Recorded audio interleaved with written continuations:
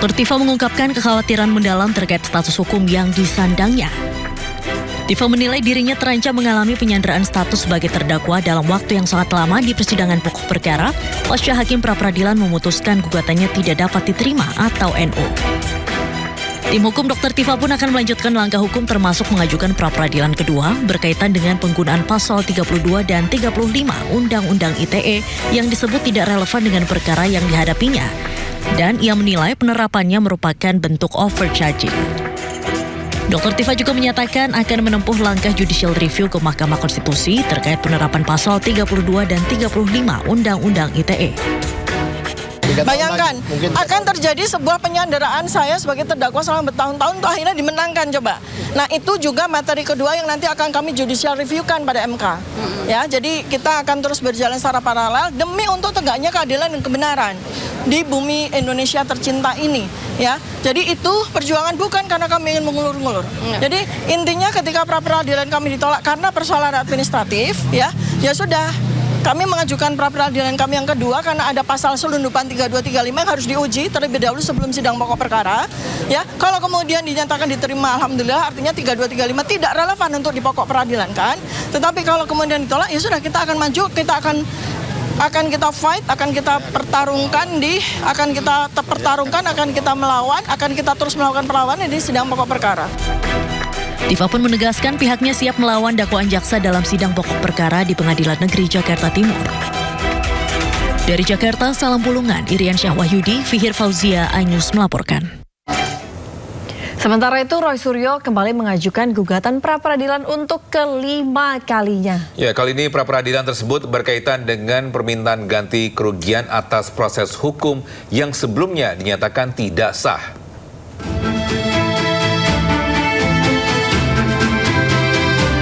Tersangka kasus tudingan ijazah palsu Presiden ke-7 RI Joko Widodo, Roy Suryo kembali mengajukan gugatan pra-peradilan terkait permohonan ganti kerugian.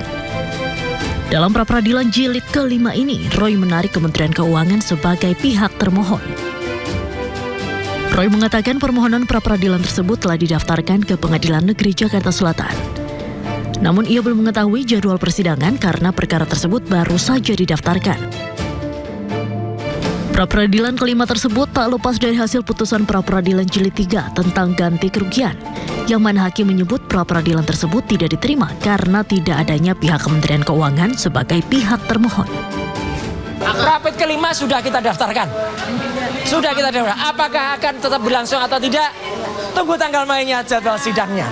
Ya, itu. Rapid kelima itu adalah tentang permintaan dari hakim sendiri. Hakim kan mengatakan kurang pihak waktu itu. Kita tambahkan. Nah, kalau kurang kita tambahi. Waktu itu ganti rugi kan. Ganti rugi rapid ketiga itu amanah dari rapid pertama.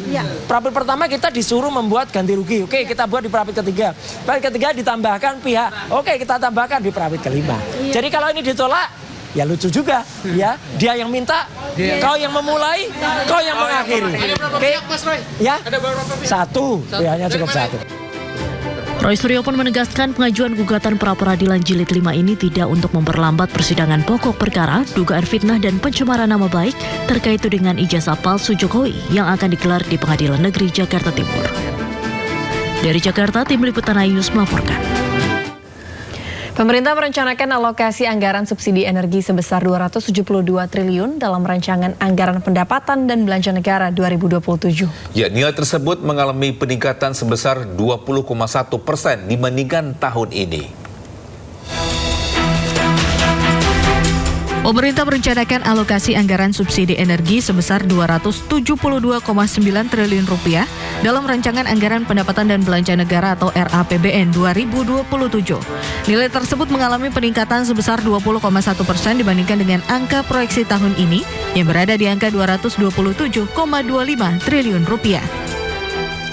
Kenaikan anggaran tersebut mencakup alokasi untuk bahan bakar minyak sebesar 28,7 triliun rupiah, LPG tabung 3 kg sebesar 114,1 triliun rupiah, serta subsidi listrik sebesar 130,1 triliun rupiah.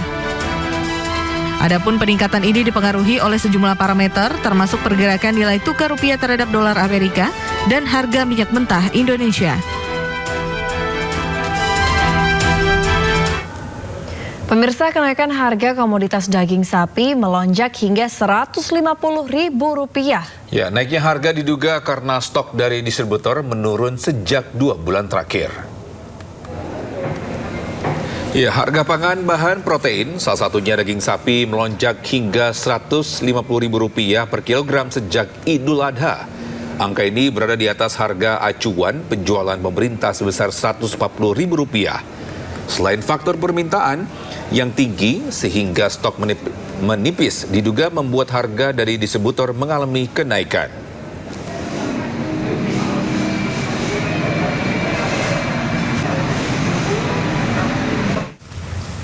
Pemirsa, harga daging sapi di pasar tradisional bertahan di kisaran Rp150.000 per kilo.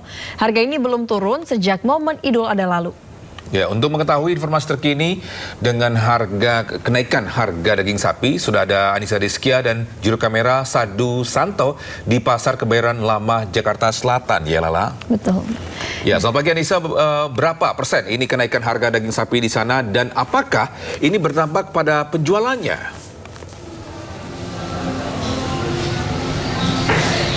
Ya, Togi dan juga Lala, tentunya kenaikan harga yang cukup fluktuatif sejak 2 bulan terakhir ini, yakni yang biasanya di angka Rp130.000 per kilogramnya, kini sudah mencapai Rp150.000 per kilogramnya.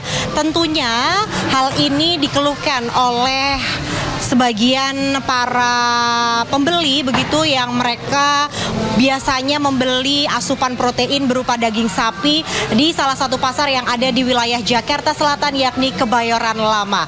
Togi dan juga Lala, kalau dilihat ini memang situasi dan kondisi saat ini tidak banyak begitu ya para pembeli yang menuju ke losmen daging sapi.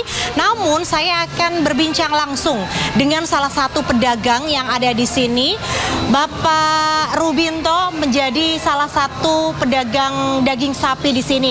Bapak, bisa disampaikan ini sudah naik menjadi Rp150.000 per kilogramnya sejak kapan dan bagaimana ini pembelian saat ini, apakah ada penurunan atau justru masih stabil? Ini maaf, ini dari pusatnya harga daging stabil udah 150. Tapi sebelumnya itu 140. Mudah-mudahan pemerintah bisa menurunkan harga jadi 140. Jadi konsumen bisa beli, bisa makan harga daging itu sekian-sekian. Karena konsumen sekarang lebih mendingan tempe tahu. Ya, pembeli berkurang jauh pokoknya sekarang.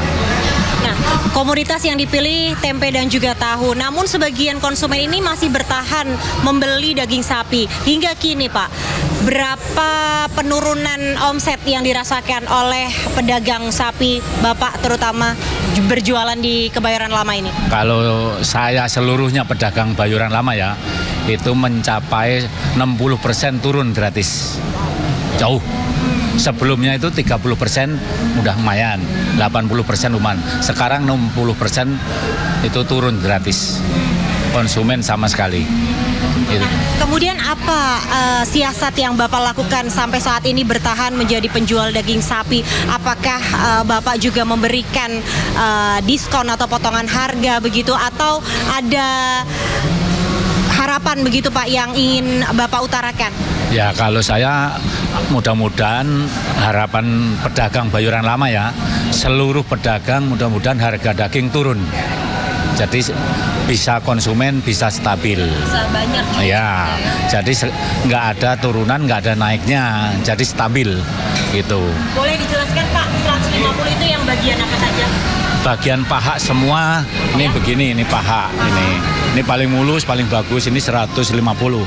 Tapi kalau di pedagang lainnya, kalau yang mulus begini 160. Sudah sampai 160. Iya. Kalau di Bapak, kenapa Bapak masih mempertahankan harga di 150, tidak mengikuti pedagang-pedagang lainnya di 160.000 Pak? Kalau saya bukannya gini-gini enggak, kita bagi-bagi rezeki biar awet. Jadi semuanya ada pembelian banyak, saya bisa ngasih uang parkir. Oke, baik. Terima kasih Pak Rubinto atas waktunya. Semoga harapan yang tadi Bapak sampaikan, semoga pemerintah bisa menstabilkan kembali harga di angka 140.000 sesuai dengan keinginan Bapak dan juga para konsumen tentunya. Baik, itulah tadi Togi dan juga Lala perbincangan saya bersama salah seorang pedagang yang mengaku memang sudah sejak Idul Adha pada bulan Mei 2026 ini harga daging sapi yang ada di Pasar Kebayoran Lama ini merangkak naik, dan tentunya harapan yang tadi disampaikan agar pemerintah bisa menstabilkan kembali harga komoditas daging sapi ini bisa kembali turun, kembali normal di angka 140.000 per kilogramnya. Untuk sementara saya kembalikan kepada Togi dan juga Lala karena saya mau berbelanja daging setelah ini. Silahkan. Baik, terima kasih Anissa Rizkia dan juri kamera Sadu Santo telah melaporkan langsung dari Pasar Kebayoran Lama, Jakarta Selatan. Selamat bertugas kembali, Anissa.